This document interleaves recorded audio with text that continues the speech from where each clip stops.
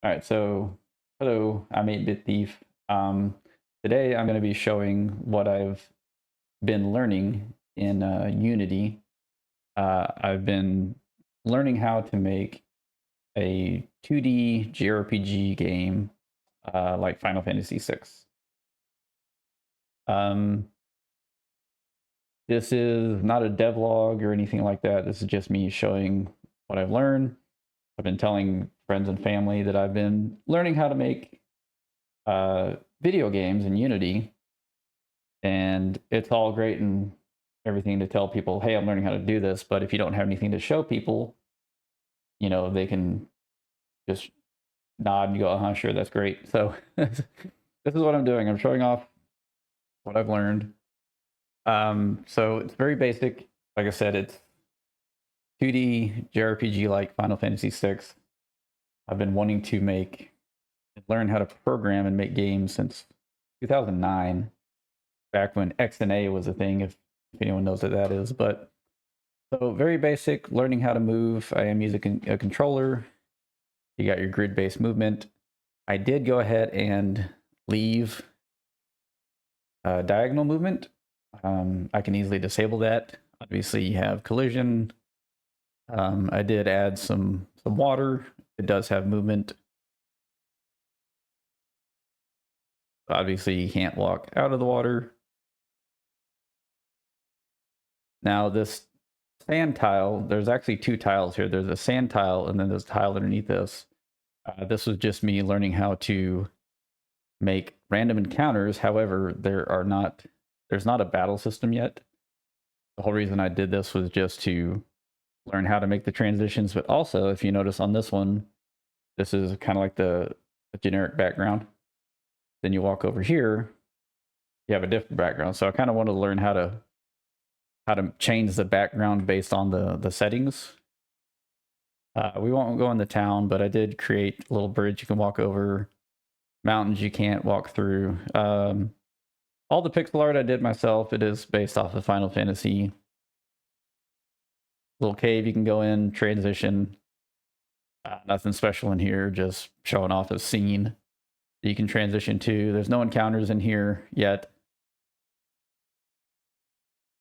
And then we'll go into the actual town, again, showing transition. There's nothing in this town, because again, I'm still learning, haven't really implemented a whole lot more. But just generic movement patterns of an AI character. You can talk to them, which doesn't seem to be working at the moment. Oh wait, I think I changed my controller buttons. Hold on. Okay, why can't I talk to her?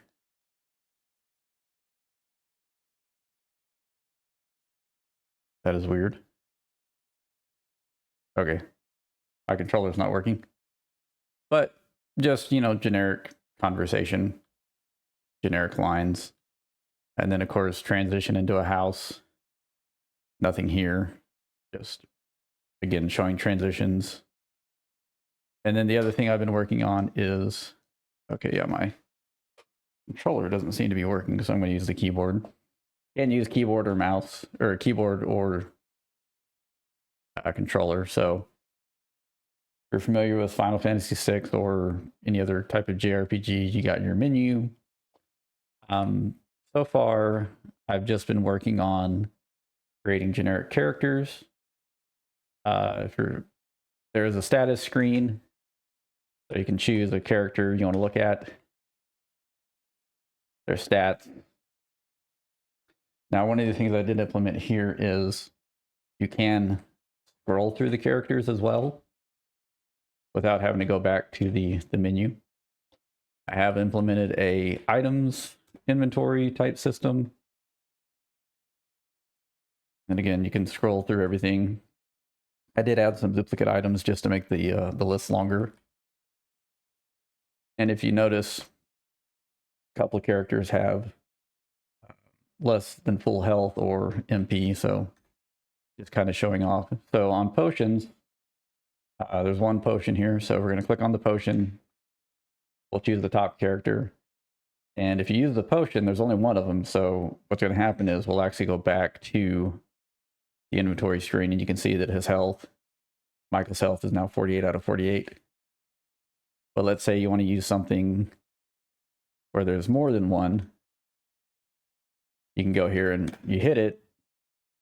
The owned went down from 2 to 1, and you're still on the screen in case you want to keep healing until that item disappears. And of course, we have descriptions for each item. And then the last thing, I know this is kind of brief. Unfortunately, this is taking me a long time to kind of implement all this. But currently working on an equipment system. And it's kind of the same thing as the status system. You can, well, I haven't implemented the scrolling, but you know, you have your character, your strength, and all that.